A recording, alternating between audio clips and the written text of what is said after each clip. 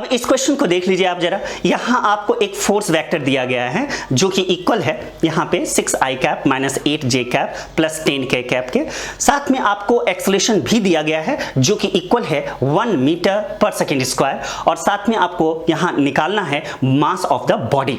तो सबसे पहले आपको क्या करना है, फोर्स का मैग्नीट्यूड निकाल लेना है जो कि इक्वल होगा x कंपोनेंट का स्क्वायर प्लस y कंपोनेंट का स्क्वायर प्लस z कंपोनेंट का स्क्वायर का स्क्वायर रूट। तो यहां पे सॉल्व करने पे आपको 10√2 न्यूटन आ जाएगा फोर्स। अब वही फॉर्मूला आप लगा लेंगे F बराबर ma, तो यहां आपको मास मिल जाएगा 10√2 kg, और यही इस क्वेश्चन का आंसर था और ये 2009 में पूछा गया है।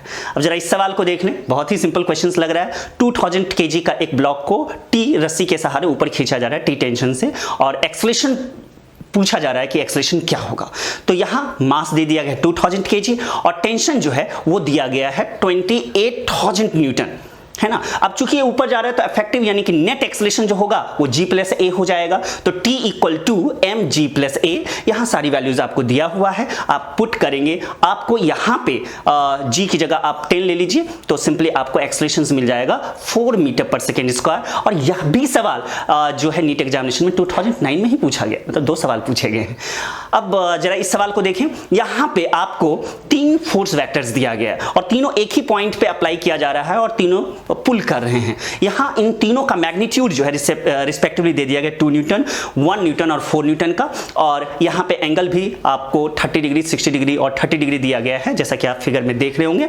और इस क्वेश्चंस में कहा गया है कि कितना फोर्स लगाया जाए एक्सटर्नली सो दैट कि नेट फोर्स जो मिले वो केवल y के अलोंग मिलना चाहिए। तो सिंपल सी बात है कि आपको टोटल fx यानी कि x कंपोनेंट निकाल के उनको 0 कर देना होगा। तो सबसे पहले x कंपोनेंट निकाल लेते हैं। तो 1 न्यूटन का x कंपोनेंट हो जाएगा 1 cos 60 डिग्री, उसी तरह से 4 का कंपोनेंट हो जाएगा -4 sin 30 डिग्री, चूंकि एंगल x के साथ नहीं बनना है तो यहाँ बेवफा sin थीटा हो जाएगा, और इस तरह से 2 का आप निकालेंगे तो ये हो जाएगा 2 sin 30 डिग्री। अब यहाँ सारी वैल्यूज आपको इस क्वेश्चंस में दिया गया है, आप पुट करेंगे और आपको इस क्वेश्चंस का आंसर आ जाएगा, बल्कि -1/2 न्यूटन आएगा। तो इसको न्यूट्रलाइज करने के लिए +1/2 न्यूटन लगा देंगे जिससे कि fx 0 हो जाएगा और नेट फोर्स आपको y के अलोंग मिलेगा, और यही इस सवाल की डिमांड था। तो ये 2008 का सवाल था।